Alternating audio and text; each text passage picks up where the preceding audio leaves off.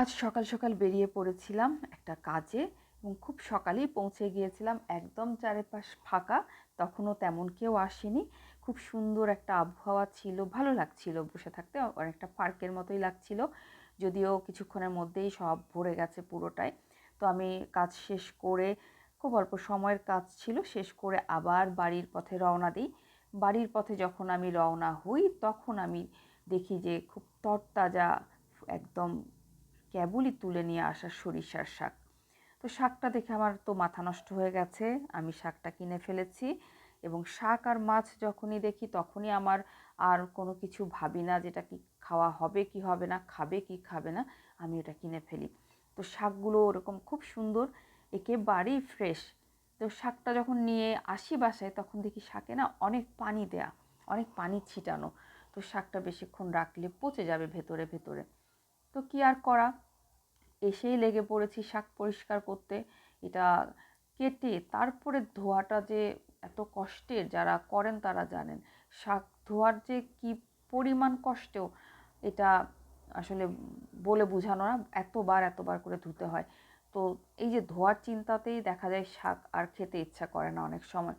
তো এই যে শাকগুলো এখন আগে আমাকে কাটতে হবে, কেটে তারপরে পরিষ্কার করে তারপরে কি আসলে খাওয়া হবে কি না সেটা আমি আর বলতে পারছি না। কারণ এমন অনেক ঘটনা আছে যে আমি শখ করে শাক কিনে নিয়ে এসেছি, সেদিন আর হয়তো খাবো না ভেবে একটু ভাপিয়ে ফ্রিজে রেখে দিয়েছি, ওটা হারিয়ে গেছে ফ্রিজের ভেতরে। অনেক অনেক দিন পর যখন আমি দেখা যায় ডিপ ফ্রিজ পরিষ্কার করতে গিয়েছি, তখন দেখা যায় যে বেরিয়ে পড়েছে শাক। এরকম অনেক শাক আমার ফ্রিজে এরকম করে জমে গিয়েছিল। তো এই শাকের ভাগ্যে কি আছে আমি জানি না। পরিষ্কার করব, তারপর একটু ভাপিয়ে রেখে দেবো, কারণ আজকে যখন এটা পরিষ্কার করব তখন আর রান্না করে খাবার সময়টা থাকবে না। তো আমার ফ্রিজের এরকম ঘটনা আপনাদের সাথেও নিশ্চয়ই ঘটে, জানি না কার কার সাথে ঘটে, কিন্তু আমার মাঝে মাঝেই ঘটে। এবং শুধু শাক না, অনেক কিছু আছে ফ্রিজে আমি রেখেছি যেটা নেক্সট টাইম খাবো, কিন্তু পরে কোথায় হারিয়ে যায় আমারও মনে থাকে না। ওটার কথা আমি একদম পুরাপুরি ভুলে যাই। এরকম প্রায় প্রায়ই হয়। তো হ্যালো, কেমন আছেন সবাই? আমার অবস্থা তো দেখতেই পাচ্ছেন, শাক নিয়ে বসে আছি, শাক পরিষ্কার করতে লেগে গেছি।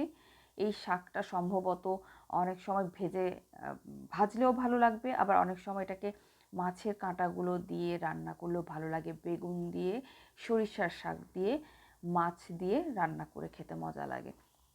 মজা লাগাটুকুই শেষ।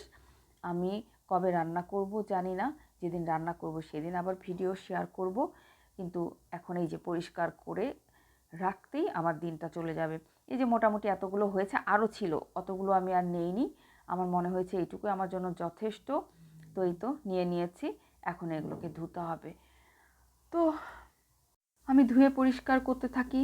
আপনারা সবাই ভালো থাকবেন এবং আবারও কথা হবে অন্য কোনো ভিডিওতে, অন্য কোনো কিছু নিয়ে। আল্লাহ হাফেজ।